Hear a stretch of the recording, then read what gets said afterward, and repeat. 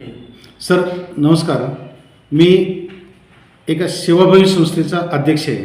त्यांचं नाव आहे BS इनामदार आणि नाहुलीचे बळीराजा सामाजिक प्रतिष्ठान या संस्थेचा मी चेअरमन आहे. या संस्थेचा बायलॉज असा आहे सर की ज्यावेळेस शासन आपलं परिपत्रक काढेल त्याची अंमलबजावणी करणार नाही त्यावेळेस आमची संस्था न्याय मागण्याकरता वाटेल त्या न्यायालयामध्ये जाण्याची तयारी आहे. त्यानुसार मी जिल्हाध्यक्ष म्हणून बीडला किसान आघाडीचा अध्यक्ष आहे.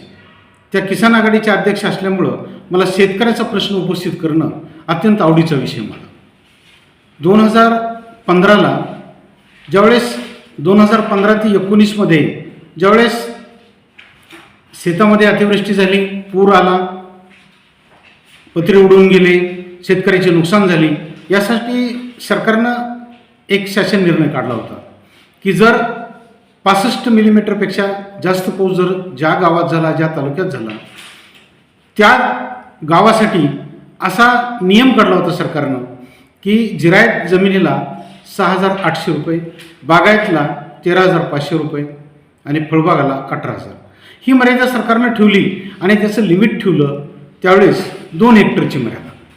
असं चालू असताना नवीन सरकार ज्यावेळेस स्थापन झालं 2019ला त्यावेळेस देवेंद्रजी आत्ताचे जे मुख्यमंत्री तेच मुख्यमंत्री होते.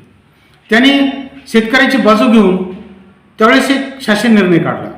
त्याची तारीख आहे 29 ऑगस्ट 2019ला आणि त्यांनी काय सांगितलं की शेतकऱ्याचा मी कैवारी आहे, त्या कैवार घेतल्यामुळं मी शेतकऱ्याच्या पाठीशी असल्यामुळं असा निर्णय घेतो.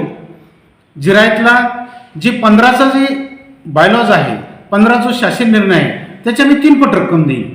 म्हणजे साहजिकच जिरायत ही 20,500 झाली, बागायत ही 40,500 झाली आणि फळबाग ही 54,000 झाली.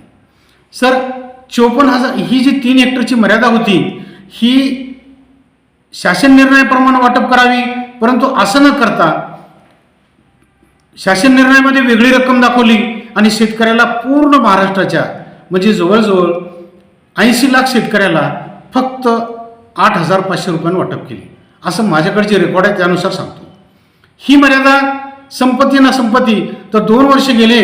2022ला पुन्हा त्यांनी नवीन GR काढला आणि त्यावेळेस आताचे जे उपमुख्यमंत्री शिंदे सर आहेत ते त्यावेळेस मुख्यमंत्री होते.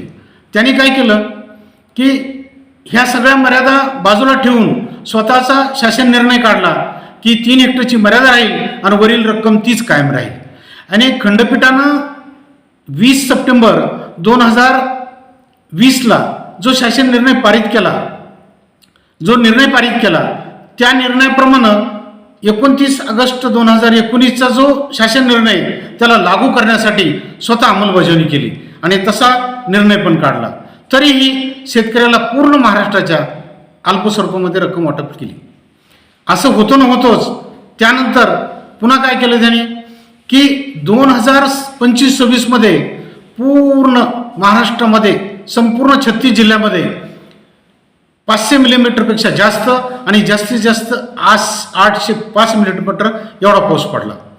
त्यावेळेस आम्ही शासनाकडे अनेक निवेदन दिली की घरामध्ये पाणी शिरलेलं आहे, शेतकऱ्यांच्या जमिनी वाहून गेल्यात, गुरे ढोरे, मुलांची शिक्षणाची पूर्ण अवजार, आपले पुस्तकं हे सगळे वाहून गेल्यामुळं आम्ही शासनाकडे पुन्हा निवेदन दिलं की सरकारनं याच्याकडे लक्ष द्यावं आणि मुख्यमंत्र्याला निवेदनाद्वारे विनंती केली की 2019च्या निर्णयाप्रमाणे आपण ही रक्कम वाटप करावी. असं न करता पुन्हा हेच देवेंद्र जे मुख्यमंत्री येतं त्यांनी काय केलं, मागील उच्च न्यायालयाच्या आदेशाची अंमलबजावणी न करता त्या उच्च न्यायालयाच्या आदेशाला केराची टोपली दाखवली आणि 8,500 रुपयानं महाराष्ट्रात एक समान रक्कम वाटप करावी असे आदेश काढले. म्हणून आम्ही त्या नाराजीनं उच्च न्यायालय खंडपीठ औरंगाबादकडे 3ऱ्यांदा गेलो. आमची अशी इच्छा होती की तुम्ही नवीन वाढू नका, पण कमीत कमी न्यायालयाच्या आदेशाची अंमलबजावणी तर करा. असं न करता त्यांनी शेतकऱ्याची जी तोंडाची पानं पुसली आणि स्वतःची उच्च न्यायालय खंडपीठ आदेशाची अंमलबजावणी न करता स्वतःच्या अधिकारामध्ये पुन्हा शेतकऱ्याला पैसे वाटप करण्याला टाळाटाळ केली.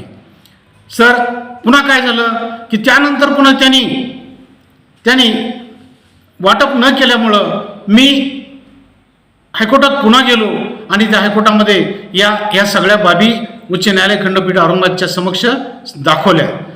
हायकोर्टने 2 डिसेंबर 2026 रोजी असे आदेश पारित केले की तुमचा जुना दिलेला क्रायटेरिया, नवीन काढलेले आदेश आणि पूर्वीचे संपूर्ण निर्णय याची मला माहिती घेऊन का वाटप केले नाही याचं प्रतिज्ञापत्र सादर करा. या कामी आपल्या बीड जिल्ह्याचे सन्माननीय खासदार बजरंग बाप्पा सोनवणे व व्यंकटेश देशमुख वरपगावकर व इतर सगळ्या मित्रांनी या बाबतीत सहकार्य केलं. आमची शेवटची इच्छा आहे की शासनानं आता तरी आपण दिलेल्या निर्णयाची अंमलबजावणी करावी व खंडपीठाच्या आदेशाची अंमलबजावणी करावी ही विनंती.